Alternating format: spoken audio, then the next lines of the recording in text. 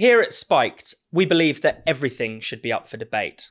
That's why we're thrilled to announce that this episode of the Spiked podcast is brought to you by the Monk Debates. The Monk Debates give a platform for leading political figures and thinkers to discuss the big issues of the day. Unlike a lot of what passes for discussion in the mainstream media, these debates aren't about regurgitating sound bites or humiliating the other side. They're reasoned, they're timely, and they're respectful. The next Monk debate on anti-Zionism will be no different. On the 17th of June, commentator Douglas Murray and international law expert Natasha Hausdorff will debate broadcaster Mehdi Hassan and Israeli journalist Gideon Levy. They'll be discussing whether anti-Zionism is a legitimate form of criticism of Israel or just thinly veiled anti-Semitism. The debate will be taking place in downtown Toronto in Canada, but Monk Debate supporters can live stream the event for free. For just $9.99 Canadian dollars or just under £6 a month, you can become a Monk Debate supporter. It'll get you loads of extra perks like being able to buy tickets before the general public. Plus, you can live stream all the events at no extra cost. As a supporter, you'll get access to the Monk Debate archives, so you can watch and listen to over 15 years worth of debates, dialogues, and podcasts. For a limited time only, Monk Debates are offering a 10% discount on supporter membership for fans of this podcast. Just use the code SPIKED10 at the checkout to get 10% off. So, to find out more and claim your supporter discount, go to monkdebates.com. That's MUNK debates.com. And don't forget to use the discount code SPIKED10 to get 10% off. That's SPIKED10 at the checkout at monkdebates.com. Hello everyone and welcome back to the Spike podcast. I'm Fraser Myers and as ever I'm delighted to be joined by Spike's editor Tom Slater. Hello. And this week we have trade unionist and writer Paul Embery. Hello. So we've got plenty to talk about on the show today. Loads of quite mad developments in British politics, from defections to the local elections to the rise of sectarianism. We'll also talk about Kevin Spacey and the never-ending Me Too witch hunt against him. Plus we'll do a sort of whistle-stop tour of clueless celebrities. Before we get on to all that, I just want to remind everyone at home that the deadline for the Spiked Internships program is May the 19th. That's coming up very quickly, so don't miss that. And if you want to know more about the internship program, just go to spiked-online.com/interns. So, quite a strange development in British politics in the past few days. Yesterday, on the day we're recording this, Natalie Elphicke, quite a hardline right-wing Tory MP, has jumped ship and joined the Labour Party. Now, Tom, this has left a lot of people scratching their heads because, you know, there's obviously a lot of, I guess you could call them wets in the Tory party who you might expect would easily be at home in Starmer's Labour or the Lib Dems or possibly anywhere else, Change UK. Why has Natalie Elphicke done this? It is quite a strange one, not least because, as you say, she is a right-wing Tory MP. Also, her issue, because she's a Dover MP, is the question of the small boats. She actually wrote an article for the Express in April of last year saying, don't trust Labour on immigration, they secretly want open borders or something to this effect. That was essentially the headline. So what a difference 12 months makes, apparently. She resigns. She says that Rishi Sunak cannot be trusted with protecting our borders, a statement that not many people would disagree with. But to then go and join the Labour Party, even in that article, she denounced Keir Starmer as Sir Softy and said that him specifically didn't have the mettle to take on the issue of illegal immigration. Has struck a lot of people as quite strange. It's really pushed this further up the agenda because there's been a number of these Tory to Labour defections now. There's a man called Dan Poulter who did so the other week, and no one really seemed to notice. But the reason this became such a big story is just because how odd it was. If this is really the issue that you care about, i.e. migration and borders, why would you join the party that you were denouncing all of 5 minutes ago? But I wrote about it on the site today, and I just think it in a weird sort of way, even though it is an odd story and that's why we're talking about it, it does point to something that's going on in politics at the moment, is that you kind of have two types of politician. You've got the one who believes in nothing, sort of like Keir Starmer's Labour Party, he will happily welcome in this MP as long as it sends the right signal to the electorate at this particular time. Or you've got MPs like Natalie Elphicke who do purport to believe in something but will happily dispense with those principles at the earliest possible opportunity. So as much as this is an odd case, I think there's something quite revealing about it in some ways. Yeah, definitely. I mean, Paul, do you see that especially on the sort of Labour side of things? You know, there's such a thing as a broad church, but Who's it? I can't remember which Labour MP said it, but a church has got to have walls as well. That was Lord Kinnock said it a couple of days ago when he heard about the defection. And I mean, it's so cynical and opportunistic that you almost have to admire the audacity on both sides, to be honest, because as Tom said, and I know the Labour Party today have said that she's a good fit for the party. I mean, talk about square pegs in round holes. And, you know, I think if she was going to defect to another party, then I think given her politics and the things that she said in the past, you would have thought reform, frankly, like Lee Anderson did. You would have thought that reform would have been the obvious choice. But I suspect that she wanted to cause maximum impact and maximum damage to her former party. And of course, the Labour Party were quite happy to lap it up in the interest of doing damage to Sunak. But I think it's backfired a little bit because I think people are seeing it as a bit cynical, really, and a bit self-serving and a bit unprincipled. Because, you know, the Labour Party would not and does not have any affection for the likes of Natalie Elphicke and her politics. And before now, Natalie Elphicke didn't have any affection for the Labour Party. So I don't think either the party, I mean, I'm a Labour Party member of long standing, and of course I understand completely that the party needs to win Tory voters to win a majority, needs to win people who are concerned about the small votes and so on. You need to win those voters if you're going to win an election. But this kind of just going across the floor, having made the comments that she's made in the not too distant past, I think smacks of real cynicism. It feels like if she'd have been in the Labour Party for a long time and had been an even milder critic, say, of mass immigration or whatever, she would have been drummed out of it by now. Well, exactly. And I think there's a legitimate argument to be had about how some people in the Labour Party have been drummed out of the Labour Party, and others have been told they're not welcome. And in some cases, those are people who have just liked particular tweets, which have been posted by other parties or whatever, or prescribed organisations. Now, I've got political differences with a number of those people. A lot of them are, on the far left and members of sort of disparate pressure groups and what have you. But I think there is an argument to say, look, hold on a second. There are some committed socialists who have been told they're not welcome in the party. You even talk about Corbyn and Diane Abbott, whatever differences people have got. They are, people who have served the Labour movement, both of them for several decades, and both have had the whip withdrawn, and there's no sign of either of them getting it back. And yet someone like Natalie Elphicke, who, whether or not the broad mass of people agree with her opinions, and I suspect some of her opinions the broad mass of people probably do, a large part of the Labour Party, including the leadership, wouldn't have agreed with those opinions, but have said, welcome, because obviously it inflicts damage on Sunak. So yeah, very opportunistic. Yeah. But I think that's the other thing that makes it almost insulting, because of the fact that everyone knows that the Labour Party is in a bit of a difficult situation on the immigration issue. People suspect that they don't take it particularly seriously. The policy seems to be, we'll get rid of the Rwanda scheme and then kind of hope for the best. We'll speed up the process somehow. We'll get a deal with France somehow. So it really is taking voters for granted rather than trying to actually fess up to try and tackle this issue head on. You just say, oh, look, we've got this right-wing Tory MP now. Who said some spicy things about the border. It's an insult to people's intelligence as much as it being a very odd, confusing political move. Definitely. I mean, we should talk about the local elections, which happened since we recorded the last show. I mean, obviously very, very bad for the Tories. Lost 500 council seats. Good for Labour, but it seems as if under the surface there isn't actually that much enthusiasm for the Starmer project. I mean, would you share that assessment, Paul? Yeah, we're in a very weird situation at the moment where the government is almost universally loathed, but there's no real affection for the alternative. I don't think this is a 1997 moment.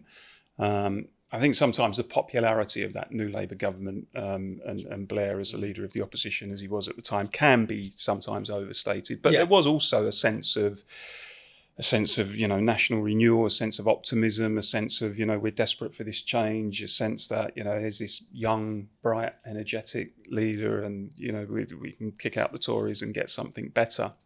I don't really sense that with Starmer this time around. And I think it's almost as if a lot of people feel that they're voting for the Labour Party, not because they are being inspired, but because they just see the Labour Party as the least bad of two pretty bad options. And it may possibly be something like the Australian election last year, I think it was, where the Labour Party in Australia got over the line, but not because they were particularly inspiring, not because there was a huge groundswell of support for them, but because they were seen as the least bad of two bad options.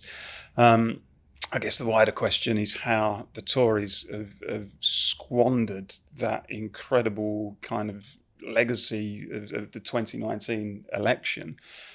Where, let's be blunt, a major realignment took place in this country, the likes of which we've very rarely seen before.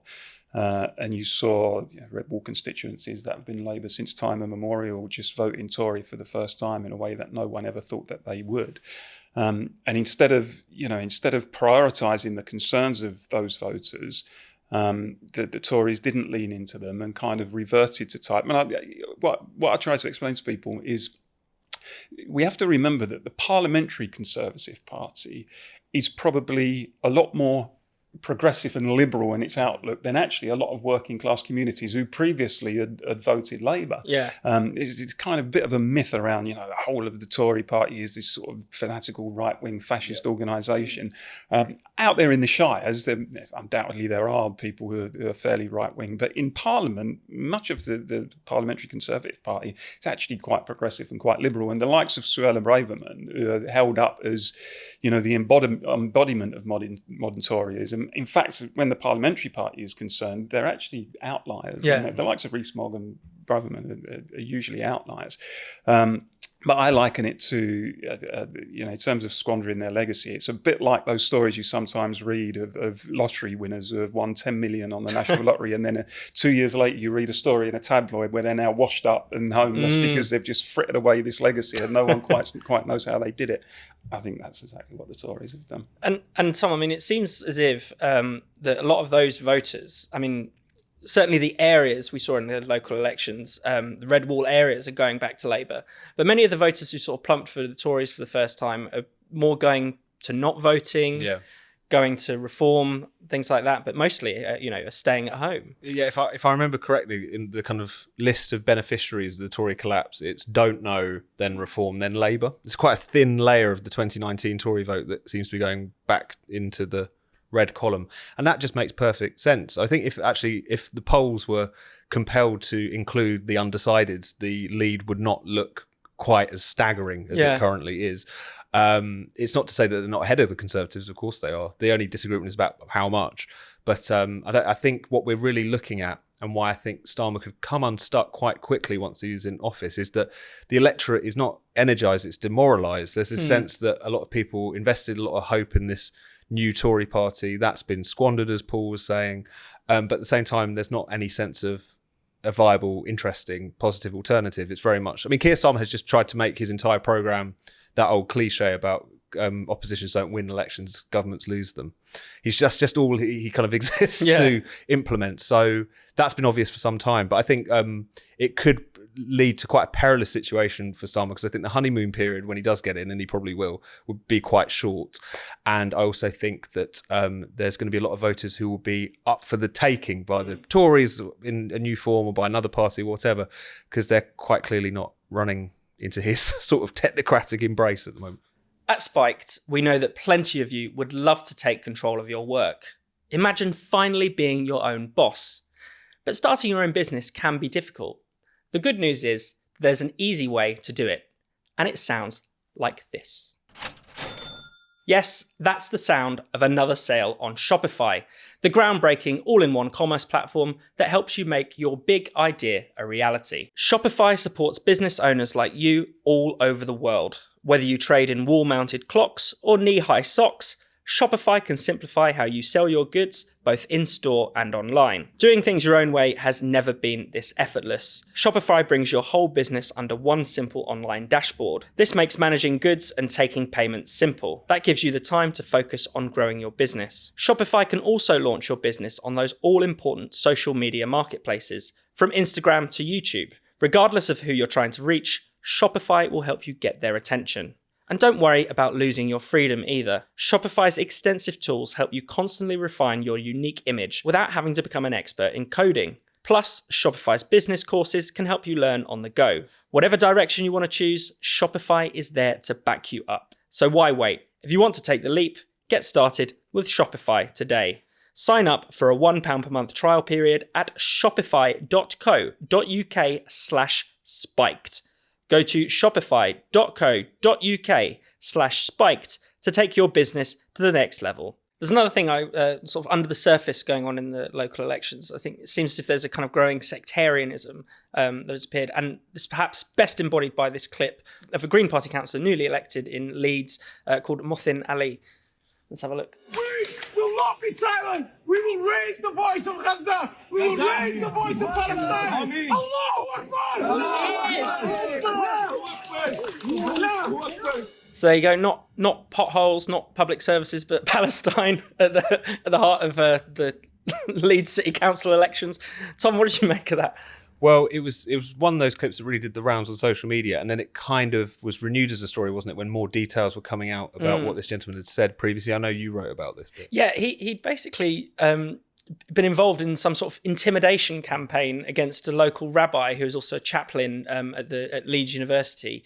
Now, this rabbi was an Israeli citizen, a dual citizen, and he'd served in the IDF. And Mohsin Ali did this video calling this guy a creep and an animal and said, if he's out there killing children in Gaza, you should be worried he's going to kill students in Leeds. And then the police told this guy, you've got to go into hiding. That was just one of the many controversies. He's also praised October the 7th and the usual litany of kind of Islamist nonsense you hear, on some of these protests. Or and so he was a perfect fit, Natalie Elphicke style for the Green Party. For the Green Party, yeah. Does make a hell of a lot of sense. But yeah, it does seem like, Labour has a sort of history of, I think, in quite an unsavoury and crude way, sometimes playing up Muslim identity politics, trying to seek to appeal to Muslim voters as Muslims rather than as ordinary members of, local communities. It seems like the Green Party have now taken on that role. Of course, we had George Galloway as well doing a similar kind of shtick to quite devastating effect in the Rochdale by-election. But yeah, the Greens now seem to be the repository of that, oddly. No, it is strange that, but at the same time, this is how politics in the kind of multicultural era is done, and it's very grubby and it's very unpleasant. But I think a lot of people are now kind of surprised by this, and they really shouldn't be, because, as you say, various Labour MPs, there's been various Conservative candidates which have tried to appeal to certain voters on the basis of Kashmir or on the basis of this or that. This tendency to treat voters as kind of homogenous blocks, they can only really be appealed to on these religious sectarian basis or on the basis of foreign conflicts and what have you.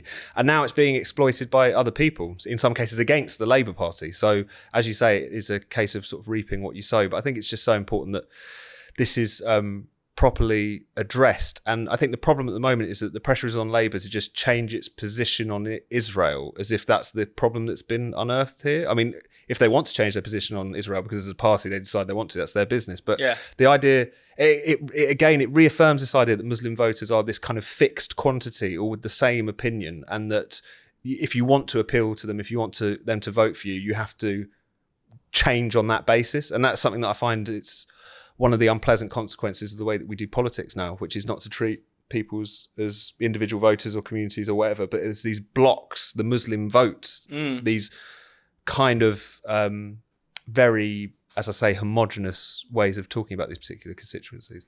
Yeah, Paul, what do you make of this? Because, I mean, if you actually sort of poll Muslim voters, they have pretty much the same concerns as everyone else in the communities they live in. If they live in a working class community, then they have similar concerns. And if they live somewhere wealthier like London, they're not aliens. They're not, this weird subspecies that have to be spoken to in a different language. It's very. I just find it very troubling.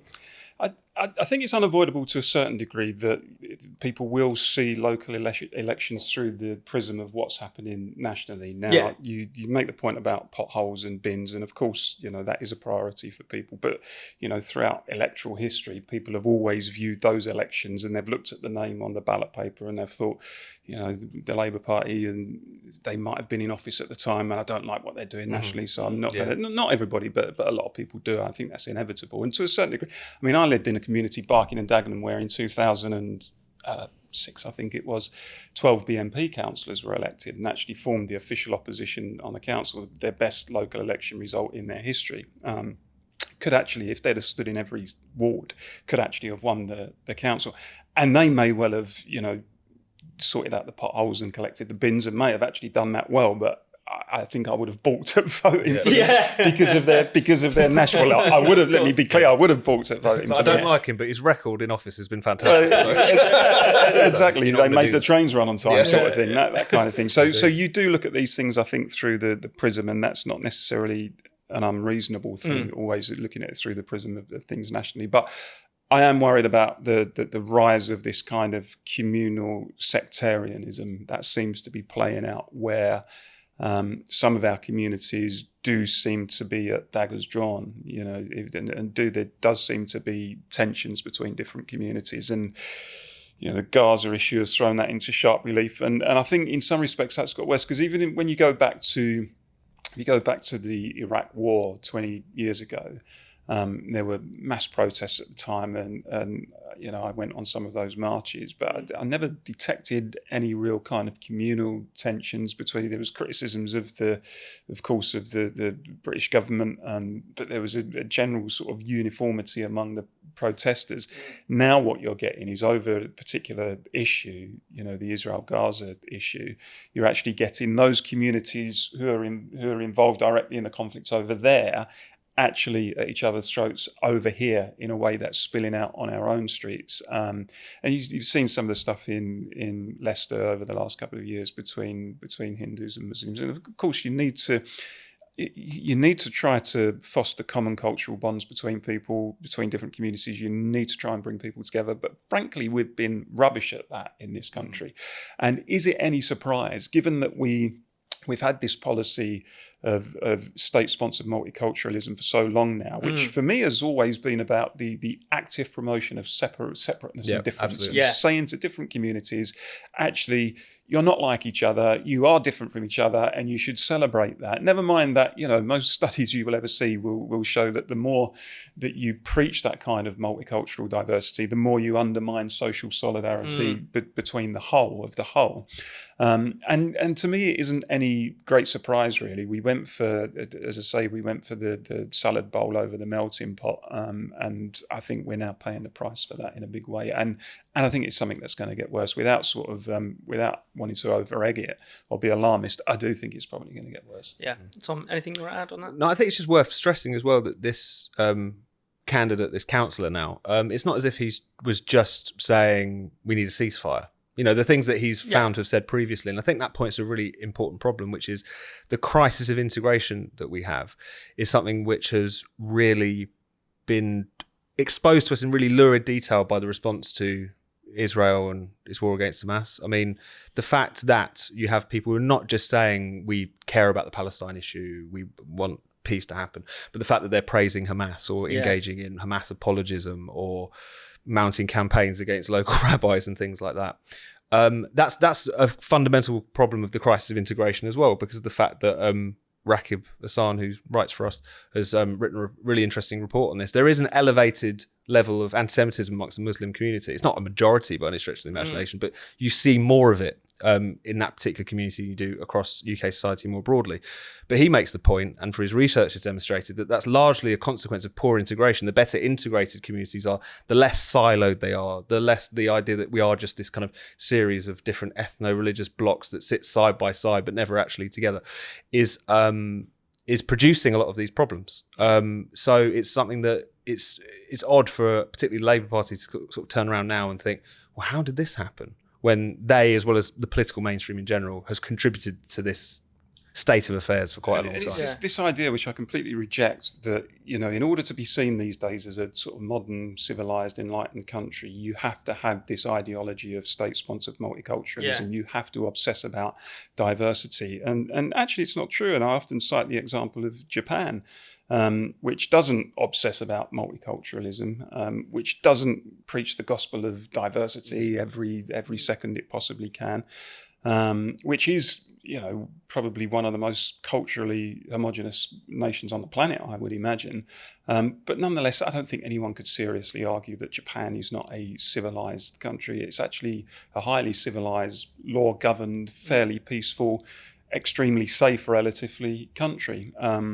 So I think that gives the lie to the idea that you have to, as a sort of modern democracy, follow this. And as I say, I do think it's something that's going to get worse, because, as Tom said, where you fail to integrate people, as we've done, dramatically fallen short of doing that. We've got different communities that do see each other as different, and it's often said that Britain's a multicultural country. In fact, we're not really. What we've got is a situation where we have pockets of monoculturalism that don't really kind of engage and interact with each other. And to a certain degree, London, I mean, Sadiq Khan always likes to preach about London being this great melting pot.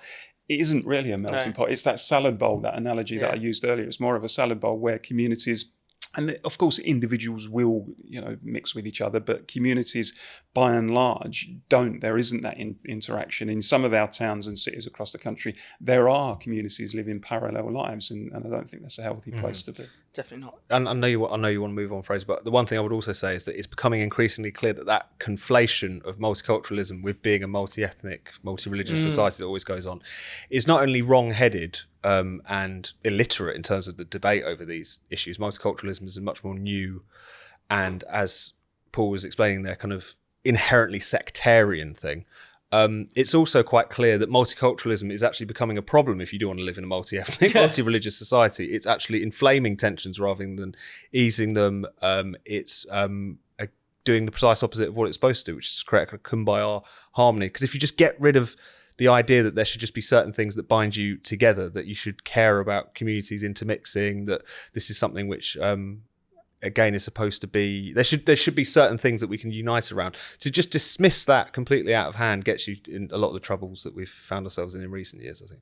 Right, so Kevin Spacey has long been a sort of, I guess, victim of the Me Too witch hunt. There are new allegations being put against him by a Channel 4 documentary. I mean, it's often worth remembering with him that he has appeared in court multiple times. In every single civil and criminal case, he has found in his favour. Let's look at a little clip of him on Dan Wootton's podcast. Nobody in Hollywood has ever presented a path back for me. There's no coursework material I've been given, no boxes to check, no nothing. It seems that some are content with just canceling me forever. It's a life sentence. So life sentence essentially for allegations, many of which have essentially been found not to be credible in court. I mean, Paul, what do you make of that? Well, I defend anyone's right to make allegations. Sexual allegations if they feel they're a victim, and of course, when someone does make those sorts of allegations, it's only right to take them seriously and to investigate them properly. But I also believe strongly in the presumption of innocence, and until somebody is found guilty of something like that in a court of law, then they have every right to expect to be treated in their personal life and in their professional life as being innocent. That is the whole principle of presumption of innocence. That is the foundation stone on which civilized societies are based, in my view. And I think we've seen a serious erosion of that principle in this country over recent years. And I think the Me Too campaign, and it had some merits, but nonetheless put rocket boosters under that kind of mindset that says, actually, we now regard people as guilty until proven innocent. And I just think it's wrong. I just think it's fundamentally wrong that someone can see their reputation and livelihood destroyed when they have not yet and may never be proved guilty in a court of law. I mean, there's a famous case a couple of years ago, Noel Clarke, I think his name was, wasn't it? And big Guardian expose about it. The actor and screenwriter, and there was a big expose, and people came forward and said he was a sexual abuser and what have you, and those allegations were investigated, and the Met Police said these do not meet the threshold for criminality. And he subsequently, I think, won the first bout of his defamation campaign against The Guardian. But he was he was cancelled. Yeah. The work dried up. And even when the allegations were made, before the police had even started investigating them, ITV pulled the programme that he was involved in, and some of his sponsors said, we want nothing more to do with him. And this was a guy who had never been found guilty of anything. Yeah. And, the message to those people is, look, one day it could be you. One day, God forbid, you may find yourself on the end of an allegation that you know in your heart to be untrue, and you would expect that there should be no sanction against you, that you shouldn't suffer any sort of detriment. But too many people have forgotten. And there's an element of cowardice about it as well, because I think some institutions and corporations and individuals think, unless we are seen to be taking this action, people are going to come for us. Well, actually, stand by your principles and stand by the principle of the presumption of innocence. And there's too few people, I think, who are prepared to do that these days. And it's worth remembering just how, literally Orwellian the cancellation of Kevin Spacey was. He was digitally removed from a film, All the Money in the World, and replaced with Christopher Plummer. Yeah. It was very like the commissar vanishes sort of approach to these things. But that was one of the things that was so striking about it, is the herd-like mentality that you got in the wake of not just the Kevin Spacey allegations, but others as well. The fact that people who had worked with him, the fact that people who... again, had even had a kind of financial interest in him staying on. Like, he was on House of Cards, wasn't he? When these allegations, when the first set of allegations were made, he was the complete centre point of that show, and he was just kicked off of it unceremoniously. And of Netflix, essentially, at the time. Exactly, huge boon to them. So it was the level of conformism was really striking. But now that all the kind of receipts are in, not just on Kevin Spacey, but on a lot of these Me Too kind of scandals that have taken place recently, it's so clear now that believe the victim is a recipe for injustice. It can be a recipe for injustice for those who are falsely accused, and where Kevin Spacey is concerned, at least where the courts are concerned, he is someone who has been exonerated. But we've also seen recently with the Harvey Weinstein case, again, the things he'd actually been convicted of in New York basically being upended, going to be subject to a retrial because of the fact that, as we pointed out on Spiked at the time, this atmosphere around Me Too is going to make it almost impossible for him to get a fair trial, along with what the particular judge was doing, what evidence they were able to allow, and so on. So it's clear that if the point of reflexively believing victims was to address some kind of profound injustice, it's just created a parallel and arguably deeper injustice. And it hasn't got us any closer to actually being able to suitably deal with someone like Harvey Weinstein. I think most people accept was banged to rights on at least some of it at this point. So it's just been such a profound error. But I think it's one of so many examples of just the elites can just be whipped up into bouts of hysteria over certain things very quickly, and they don't really think about the consequences as they're going through it. I want to move on to talk about some of the more clueless celebrity remarks of the past week or so. David Tennant caused a bit of a stir for his comments on trans. There are now ways of expressing gender that are more nuanced than they once were, and that only seems to be positive. It's just about people being themselves. Fuck off and let people be.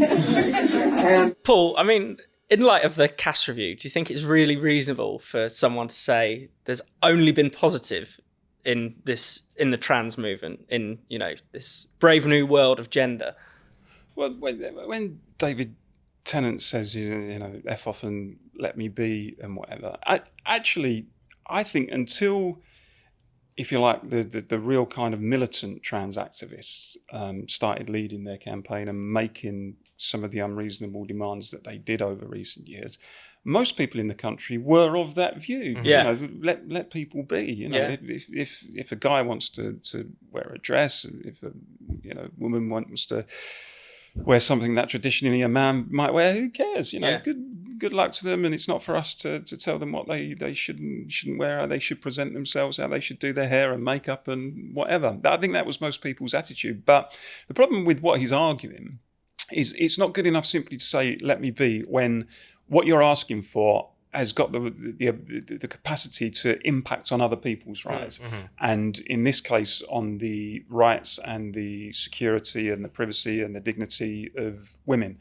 actually that is an issue, and people are entitled to say, well, look, this far but no further, which is essentially, I think, what the pushback has been over the last few years, and quite rightly that's been the pushback. People said, look, and women particularly said, look, we went so far in terms of live and let live, but the minute you start to encroach on our rights and the whole sense of womanhood, if it's to have any meaning, then actually we've got a right to say no. So I think that kind of simplistic approach from Tennant, I think, is a bit patronising. Yeah, and children, I guess, is the other aspect of this, Tom. I mean, Tennant has previously been spotted wearing a T-shirt saying, "Leave trans kids alone, you weirdos," or something like that. I mean, again, maybe we should leave them alone, but exactly not in the way that they mean. Exactly, don't ply them with puberty blockers. But it's, yes, that there is an element to, particularly David Tennant, but others as well, of kind of the dad trying to be cool to a certain extent in certain settings. There's this kind of idea. He hasn't really thought about it. He obviously hasn't read about it for longer than a few minutes. He probably takes all of his cues from Pink News on these matters, and yet still feels the compulsion to hold forth and to virtue signal on these things. But you would think that now, given all that we know, given the Cash review, given all of the horrendous victims of this ideology who have come out of the woodwork in recent years, that there would be more pause for thought before you just engage in that kind of thing at the moment. And one thing I thought was interesting was the way he tried to equate the trans rights campaign with basically earlier kind of gay rights campaigns. It was, in the same way that people used to be horrible to gay people and they were deprived their rights, the same things is going on now. It's so wrong-headed, you don't really know where to begin with it. And Paul was gesturing to it there insofar as previously, if you talk about gay rights, there was a campaign for liberation, anti-discrimination, leave us alone. What the trans ideology sort of movement has become is recognise us, affirm us, celebrate us, and so on. Organise society around rip up all of your rules that previously governed how women's spaces were maintained, who could compete in certain categories, for the sake of my own view of myself. It's a campaign of intolerance and for recognition. And so to equate the two, I think is deeply wrong-headed. But again, I think in a very kind of simplistic celebrity sort of fashion, they just want to be seen, as he uses the words in that clip, on the right side of history. It's a high status opinion, isn't it, for a lot of people? I think the argument that they espouse has been absolutely debunked.